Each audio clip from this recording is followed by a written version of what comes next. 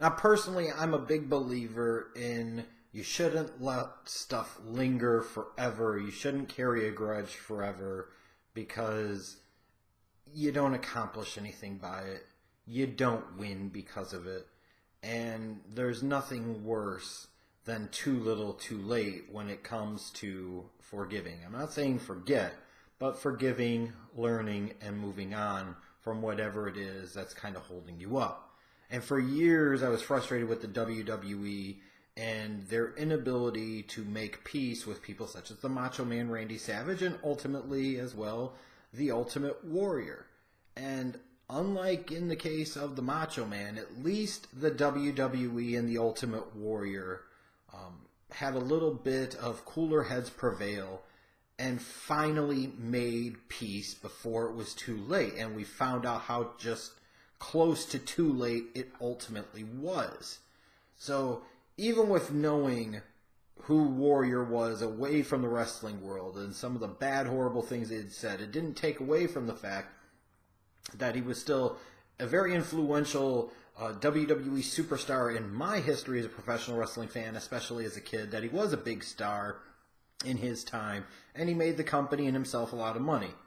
I don't care how much anybody has tried to diminish that over the years, up to and including the WWE, it doesn't change the fact that all those things are true. And honestly, when talking about somebody like the Ultimate Warrior and some of those bad things, you know, let's be honest, the WWE isn't exactly the poster boy for great behavior and celebrating great behavior. When you look at some of the people in their Hall of Fame, still in their Hall of Fame, Donald Trump, that's pretty much all I should have to say. Stone Cold Steve Austin, a known and convicted woman beater, and we celebrate him like he's the greatest thing ever. Mike Tyson, whether you believe it or not, the fact is he was a convicted rapist. And again, this company goes out of its way to celebrate the legacy and importance and significance in the WWE timeline of Mike Tyson. Superfly Jimmy Snuka, just ask Nancy Argentino how that went down. Oh wait, you can't because she's dead. Pat Patterson, really a power type of sexual predator, known for his great harassing skills and coming on to wrestlers and everything else. But these are the type of people that the WWE has celebrated over the years and still continues to celebrate, like they have great, tremendous legacies. And in terms of a WWE standpoint, they kind of do. But there's also that other additional baggage that goes along with them. But it doesn't stop the WWE from celebrating those guys and putting them on a pedestal. It just doesn't. So it's something that's bothered me over the years when it's come to Hulk Hogan in recent years specifically, with the ignorant racist crap that he said, how the WWE blackballed him, blacklisted him, removed him from their Hall of Fame, but they still celebrate the president, Donald Trump. They still celebrate Stone Cold Steve Austin, Mike Tyson, Superfly Jimmy Snuka, Pat Patterson. Sorry, in the grand scheme of things, being a racist is terrible, but is it really worse than being a woman beater, a convicted rapist? Pretty much everybody knows Snuka killed his girlfriend in 1983. I think in the grand scheme of hierarchy of things, as bad and despicable as being a racist is, it doesn't quite measure up to those other things. I'm just saying. And especially when you look at some of those guys that are being celebrated, like the Trumps, like the Tysons, the Snukas, the Pattersons, and you consider just how much of an impact, meaning, and significance that Hulk Hogan had for a long period of time over the history, the success, and the trajectory of the WWE, you would think if anybody would have an excuse made for him, anybody would have some built-in buffer there, it would be Hogan. You would think. Even if you throw in the stuff about the sex tape with Bubba the Love Sponge's wife and whatever creepy swinger crap they were pulling off. But it aggravates the hell out of me to see somebody like Hogan get blackballed and all these other people, Trump, Austin, Tyson, Snuka, Patterson, Warrior, kind of skate off, and it's no big deal.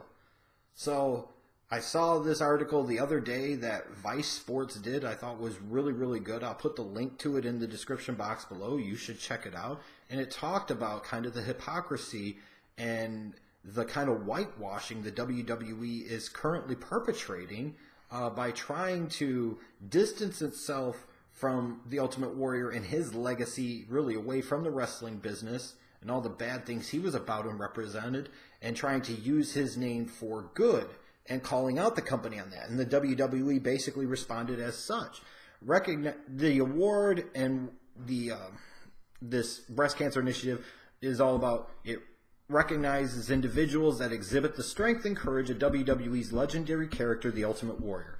Any attempt to distract from the mission of these initiatives and take the spotlight away from the honorees is unfortunately misguided. No, it's not. That's crap.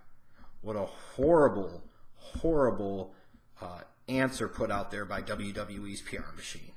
Like, nobody should take that seriously. Nobody should think that answer is okay, because what they just said is complete and total crap. What Vice Sports is trying to bring to light is the hypocrisy of celebrating a guy who said so many evil and frankly disgusting things over the years. Whereas you talk about his Yukon speech, what was it, back in 2005, where he talked about queering don't make the world work. That's not exactly a good thing, not exactly probably a thing you should say. Even if you don't like that lifestyle, even if you don't agree with that lifestyle, maybe not one of those things you should go out there and be talking about at a college speech.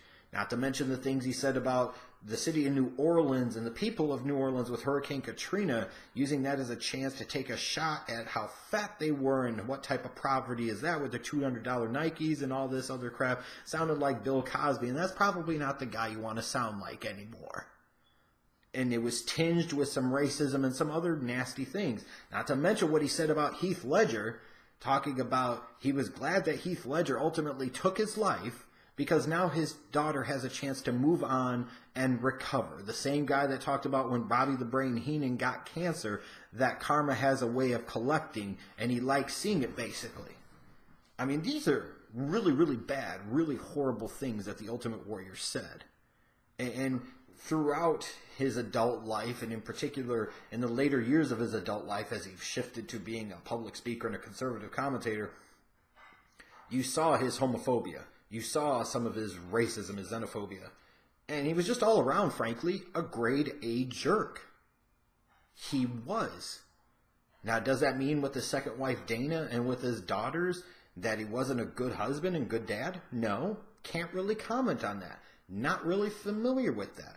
I will give benefit of the doubt and say, based off of the way they kind of look at him and view him, he must have been doing something right in those capacities. But then sitting there and saying that automatically allows you to whitewash everything else is just complete revisionist crap. You cannot necessarily pick and choose the narratives here. You can't celebrate the guy on the one hand and then try to completely dismiss everything negative that goes with him. Why? It's terrible. Now, on the one hand, it's tough because the Warrior Award can represent some good things for people. And yes, while things like that and the thing they're doing for breast cancer in the month of October are marketing ploys by the WWE, frankly, that doesn't make the WWE any more or less evil than any other major corporation, because the simple fact is, the only reason corporations do any charitable giving whatsoever is to get some positive press for themselves. It's all about marketing. It's all about branding.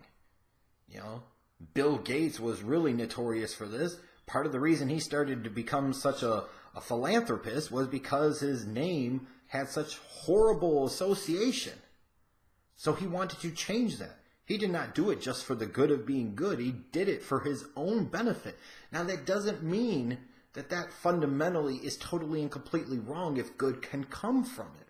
So when I think about things like the Warrior Award and shining spotlights on Connor the Crusher and Joan London and Eric LeGrand and people like that, is it necessarily a bad thing?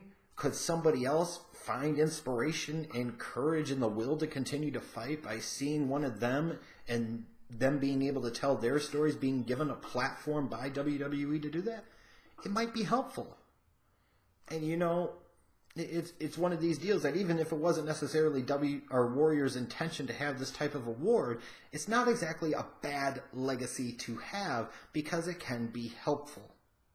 My bigger problem with this all is ultimately, where is the consistency?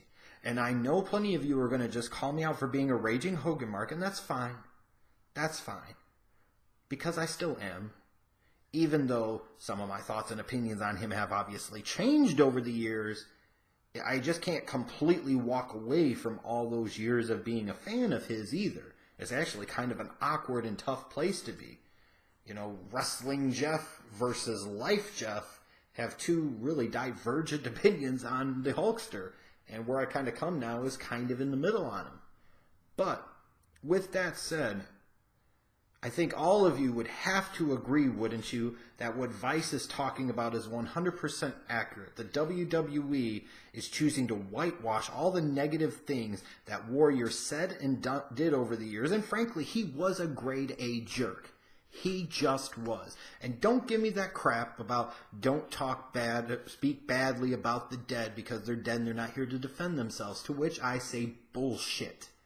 Lying about them and pretending they were somebody that they weren't is the ultimate way to disrespect their legacy. Legacies aren't automatically 100% positive. Memories aren't always good. They were who they were. They had some good, they had some bad. Maybe you choose to emphasize or focus more of the positives, and that's perfectly fine. There's nothing wrong with that, and maybe that's the way it should be, but it doesn't completely take away some of the bad that they did in their lives.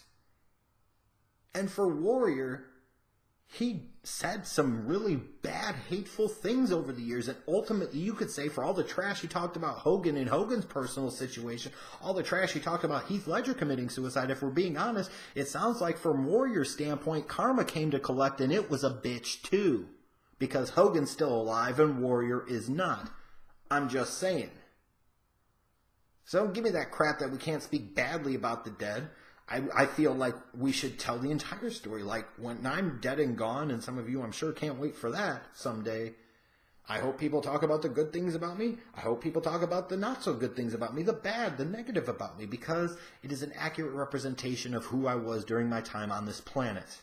And to sit there and pump me up to be great and spectacular all the time is just complete crap, and everybody knows it, and it would be an insult to my memory, my legacy, and my life, to pretend like everything I did was great and perfect.